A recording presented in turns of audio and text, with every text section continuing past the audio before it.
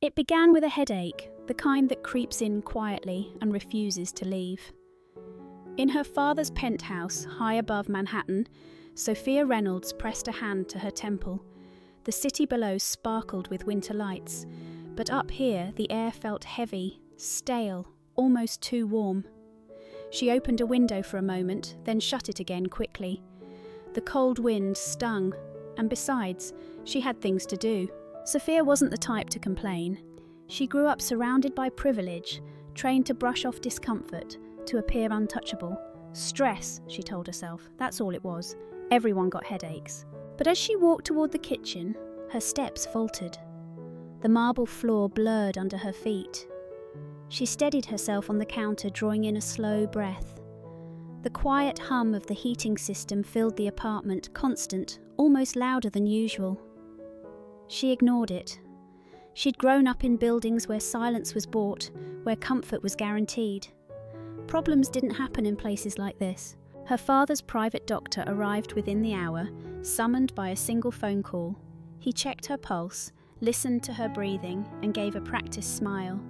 Exhaustion, anxiety maybe, nothing to worry about, rest, fluids, she'll be fine. Richard Reynolds stood stiffly beside the bed, his jaw tight. He nodded, but doubt gnawed at him. His daughter's face was too pale, her lips too dry.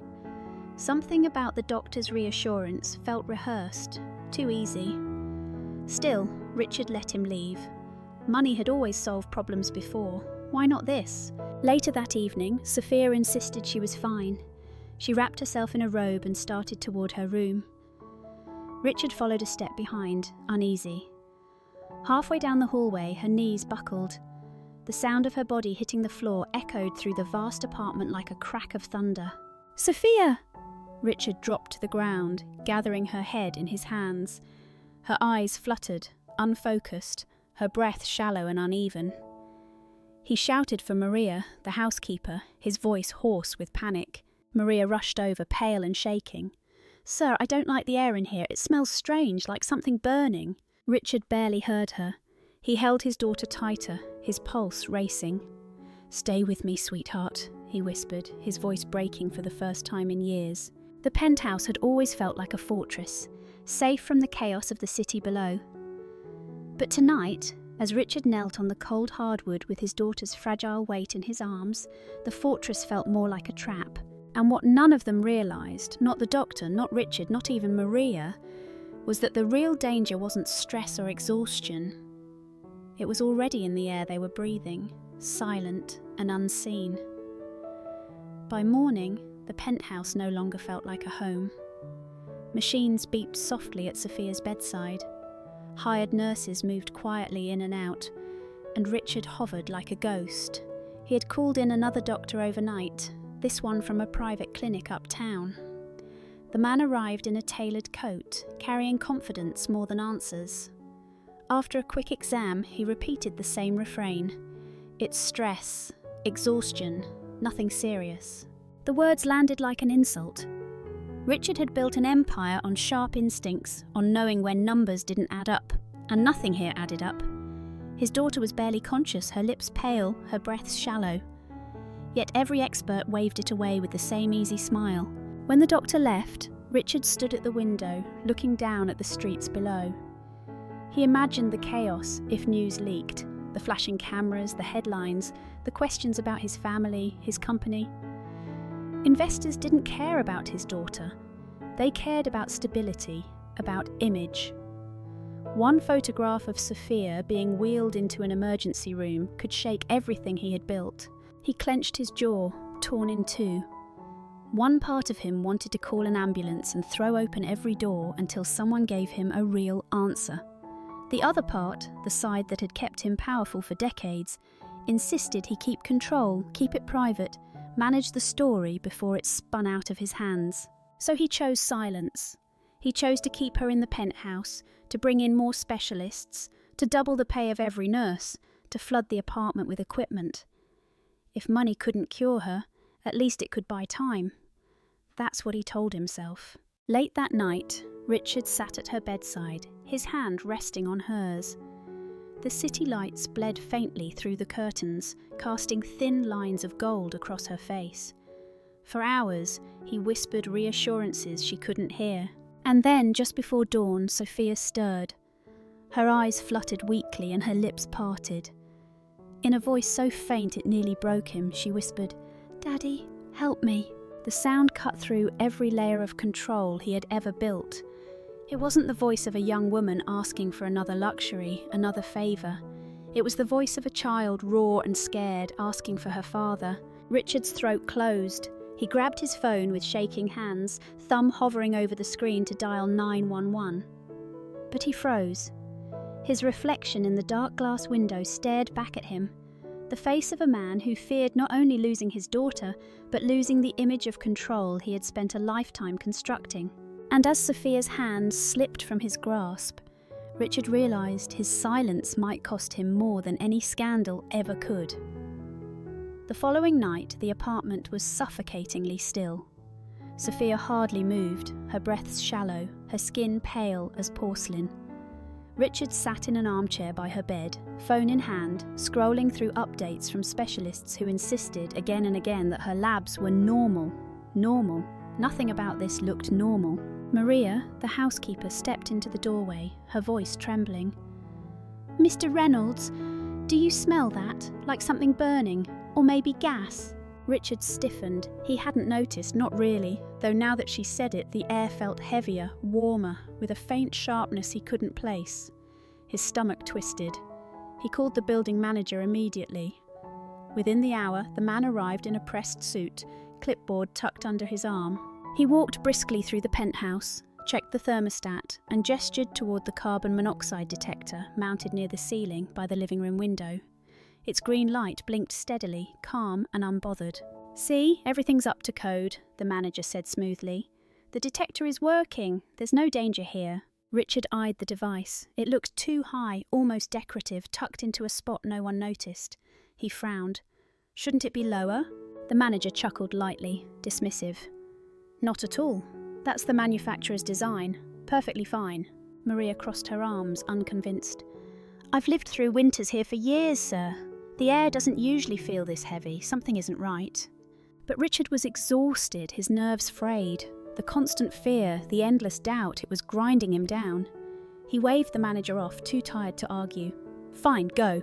When the door clicked shut, the penthouse seemed to sink deeper into silence. The green light on the detector kept blinking, steady and unchanging, a false promise of safety. Richard sank back into the chair beside Sophia's bed, staring at her face. Her lips parted slightly, but no sound came. Her hand slipped from the blanket, limp, as though the strength to even hold on had drained away. "Stay with me," Richard whispered, his voice cracking. He reached for her hand, holding it tightly, but it felt cold against his palm. The air in the room pressed down heavier, thick and invisible. Outside the window, the city glittered like it always did. Inside, the only light that mattered blinked green. Safe, it claimed, safe. But nothing about that room was safe anymore. By morning, Richard's nerves were frayed. He hadn't slept, pacing the halls while machines beeped faintly beside his daughter's bed. The air in the penthouse felt heavier than ever, but every doctor he called gave him the same answer. She just needs rest.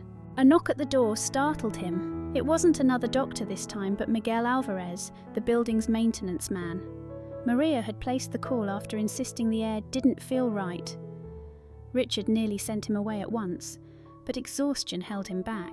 Miguel stepped inside, snow still clinging to his jacket, his tool bag slung low at his side. He wasn't polished or rehearsed. He was quiet, steady, the kind of man most residents barely noticed as he fixed heaters or changed filters. But tonight, his eyes moved quickly, scanning the space, his brow furrowed as if the silence itself set him on edge. "I was told there might be an issue with the heating," Miguel said gently, not wanting to intrude. "I'd like to check the vents if that's all right." Richard bristled. "We've had doctors here all week. Specialists. Do you really think a handyman is going to solve what they couldn't?" Maria's voice broke through from the corner. "Sir, please, just let him look. What's the harm?" Richard hesitated, jaw tight, but finally waved him on.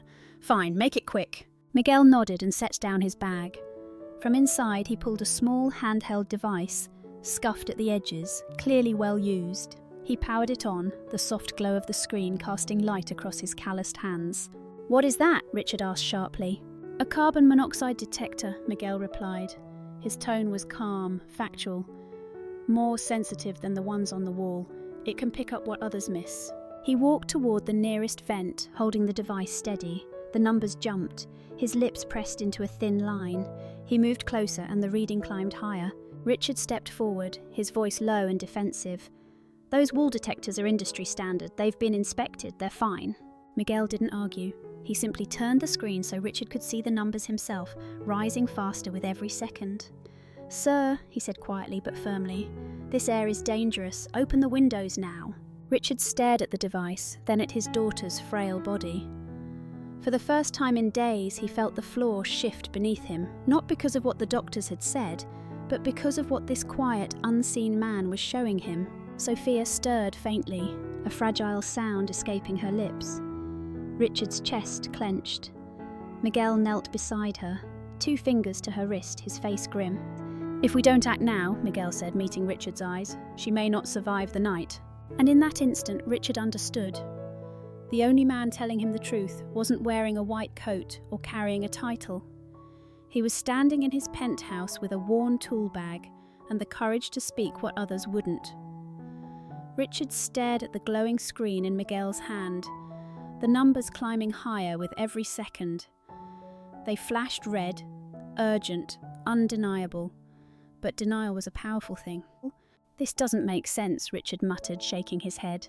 "We've had specialists in here. The building manager swore everything was fine.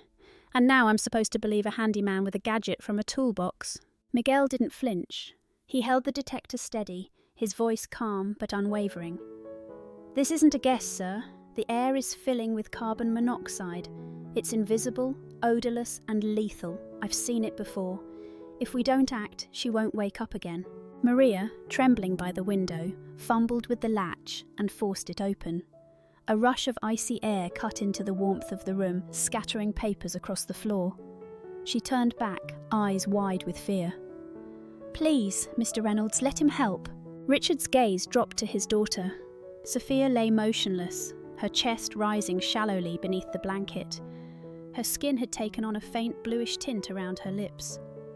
He knelt beside her, his heart hammering.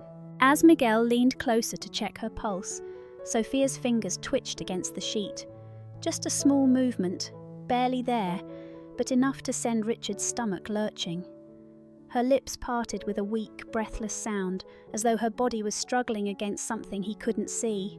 "Call 911, Miguel said firmly. "Now." Richard's pride collapsed under the weight of those 2 words. His hand shook as he dialed, his voice breaking when the dispatcher answered. He rattled off the address, choking on words he had never thought he'd say. "My daughter. She can't breathe. Please hurry." When he hung up, the silence pressed in again, broken only by the soft hiss of wind through the open window and the relentless beeping of Miguel's device. Miguel tucked the blanket tighter around Sophia's shoulders, speaking gently to her, though she couldn't respond. "Stay with us, just hold on a little longer." Richard looked at him, really looked at him, for the first time. This man, someone he had never thought twice about, was the only one standing between life and loss. And in that moment, as the faint twitch of Sophia's hand lingered in his memory, Richard realised how close he had come to losing her in silence. The wail of sirens grew louder, bouncing off the glass towers of Manhattan, until it felt like the whole city was racing toward them. Richard sat rigid by his daughter's bed, gripping her cold hand, every second stretching like an hour. The air from the open window cut icy and sharp, but it did little to fight what was already inside her. Miguel crouched close, watching Sophia's chest rise and fall. His voice was steady, the kind of steadiness Richard couldn't find in himself. "Keep her upright, sir. Let her breathe as much of the fresh air as she can." Then came the pounding of boots in the hallway. 2 paramedics burst through the door, their jackets streaked with snow, their gear bags swinging heavy at their sides. One knelt immediately, slipping an oxygen mask over Sophia's face. the hiss of air filling the room like the sound of life itself. "Pulse is weak," the medic muttered, checking her wrist. His partner attached a monitor, wires running to a screen that lit up with erratic lines. Saturations dropping fast. "What happened?" the lead medic asked without looking up. "Carbon monoxide," Miguel said quickly, holding up his detector. The medic's expression tightened as he glanced at the numbers. "Good call," he muttered, then turned to his partner. "We need her in the truck, hyperbaric as soon as possible." They lifted Sophia onto a stretcher, careful, efficient.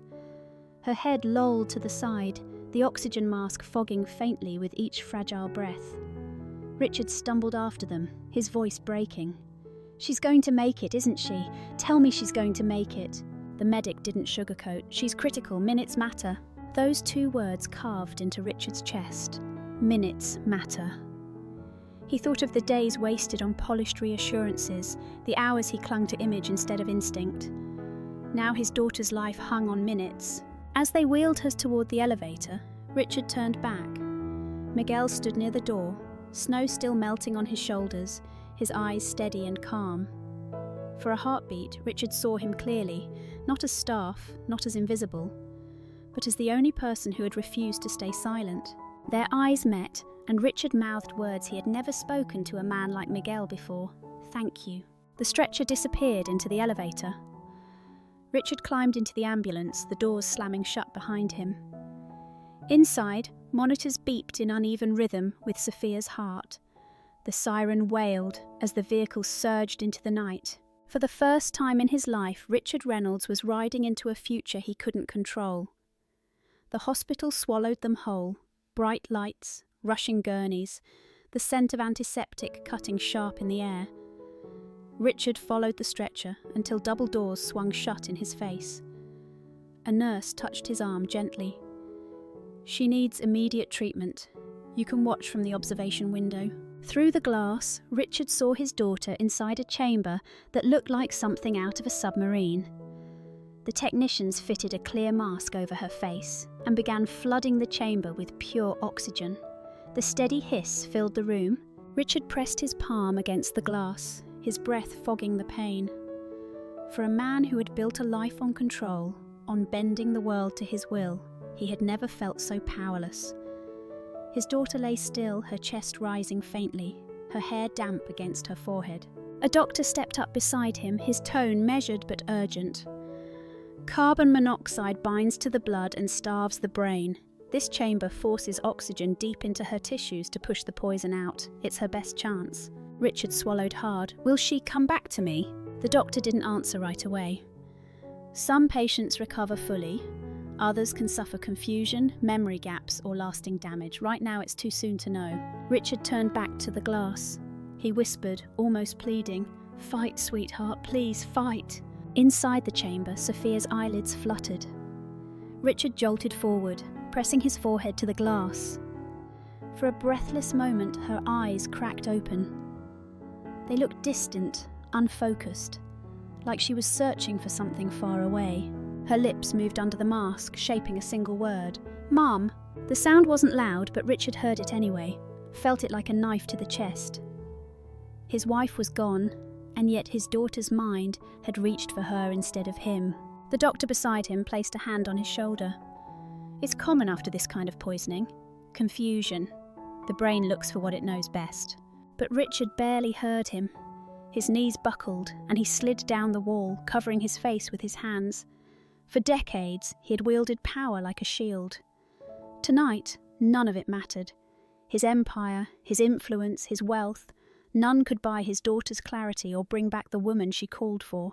And as he sat there, broken, the steady hiss of oxygen was the only sound reminding him that she was still, at least for now, alive. Back at the hospital, Richard sat slumped in a waiting chair, his head buried in his hands. His phone buzzed non-stop, business partners, reporters, board members, but all he cared about was the pale figure behind the glass.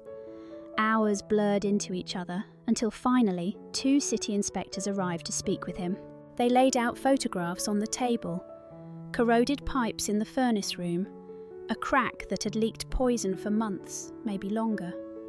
Another photo showed the carbon monoxide detector in his apartment, mounted high on the wall near a drafty window. One inspector tapped the image with a gloved finger. Placed wrong on purpose, up here it'll never catch what's rising from the vents. Whoever installed it knew what they were doing and what they were hiding.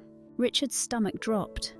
He thought back to the green light blinking steadily, promising safety, even as his daughter slipped further away.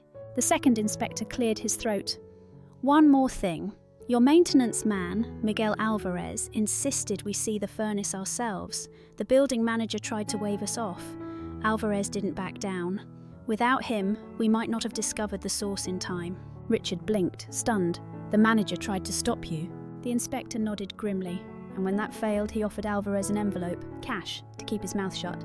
Maria, who had been standing quietly in the corner, stepped forward. Her voice shook, but her words cut sharp. "Mr. Reynolds, I saw it too. Miguel pushed the money back. He said people's lives mattered more than payoffs. He refused to walk away." Richard gripped the edge of the table, his knuckles white. For a man used to everyone bending to wealth and influence, the idea that his daughter's survival hinged on someone refusing both felt like a revelation. He leaned back in his chair, the weight of it all pressing down on him. Sophia was alive tonight, not because of the doctors, not because of the system he trusted, and certainly not because of the men in pressed suits who smiled as they lied. She was alive because a quiet worker with calloused hands and a stubborn conscience refused to be bought. Richard closed his eyes, his voice barely above a whisper. "I was blind, and he's the one who saved her." The hospital room was dim, lit only by the soft glow of monitors. Richard sat in the chair beside his daughter's bed, his suit jacket draped over the armrest, his face lined with exhaustion. For days he had lived in this room, afraid that if he stepped away for even a moment, she might slip further from him. Sophia lay still, the mask gently fogging with each shallow breath. Her body looked fragile under the thin blanket, a faint contrast of colour finally returning to her cheeks. Richard reached for her hand, rubbing his thumb across her skin. It was warmer tonight, not icy like before. He leaned close. "Sweetheart, I'm right here. You're safe. Just come back to me." For a long time, nothing happened. The steady rhythm of the monitors was the only reply. Then, almost imperceptibly, her fingers curled against his. Richard's breath caught. He sat forward, heart hammering. Her eyelids fluttered, and after days of silence, her lips parted. A single word slipped out, soft and trembling. "Miguel." Richard froze. The name hung in the air, fragile and undeniable. Not Dad, not home. She had called for the man who refused to be silent when everyone else looked away. His throat tightened. A tear slid down his cheek before he even realised it. He bent closer, whispering with a broken voice, "He's here, he saved you." At the door, Miguel hesitated. He hadn't wanted to intrude, but when Richard looked up, their eyes met. For a long beat, neither spoke.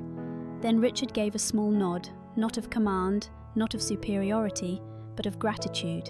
A nod that said, "You matter." Sophia's lips curved into the faintest shadow of a smile as her eyes slipped closed again, exhaustion pulling her back into sleep. But that single word, Miguel, was enough. Proof that she was still fighting her way back, proof that her mind recognised who had truly stood between her and death. Richard pressed her hand gently against his forehead, his voice trembling in the quiet room. "I almost lost you, and I'll never forget who kept me from it." Recovery was slow, but it came. Weeks of treatment and therapy gave Sophia back her strength little by little. At first she could only sit upright for a few minutes at a time. Then she walked a few steps, clinging to Richard's arm. Every small victory felt monumental, not just for her, but for the father who had nearly lost her. Richard didn't leave her side. He attended every check-in, learned how to read the monitors, even sat through her therapy sessions without complaint. The man who once measured life in profits and headlines now measured it in heartbeats, each one a reminder of how close he had come to silence. Miguel came often, though never empty-handed. He brought homemade soup in plastic containers, flowers from a corner shop, or simply his quiet presence. He stayed near the door, respectful, but Sophia's smile always brightened when she saw him. It was clear, Her gratitude wasn't passing, it was rooted deep. One evening, as they shared dinner at the hospital, Richard lifted his glass of water and cleared his throat. His voice was rough, unpolished, but honest. For years I thought family was blood. Tonight I know better. Family is the person who stands up when everyone else steps back. Miguel, you are family now. Miguel lowered his eyes, embarrassed, unused to such words. But when Sophia reached across the table and squeezed his hand, his shoulders eased. For the first time, he allowed himself to believe it.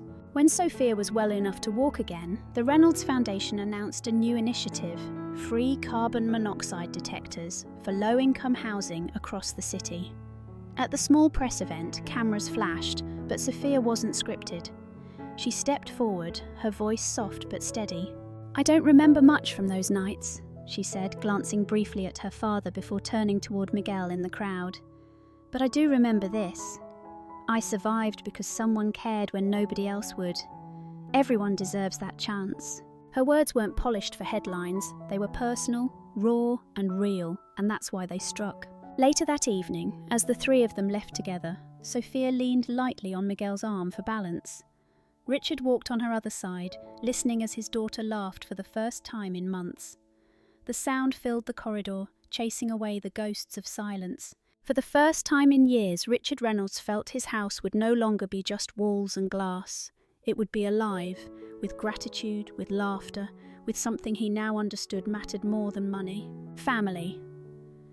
At the end of it all, this story reminds us that money, power, and status can't shield us from life's hidden dangers.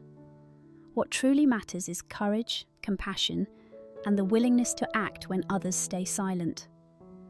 Sometimes, the quietest voices, the ones we overlook, carry the strength to save us. So let me ask you, in your own life, who has been that quiet but steady presence, the person who showed up when no one else did, and have you ever been that person for someone else? Thank you for spending this time with us. Until next time, take care of yourself and those around you. We'll see you again soon, right here on Rain Inside on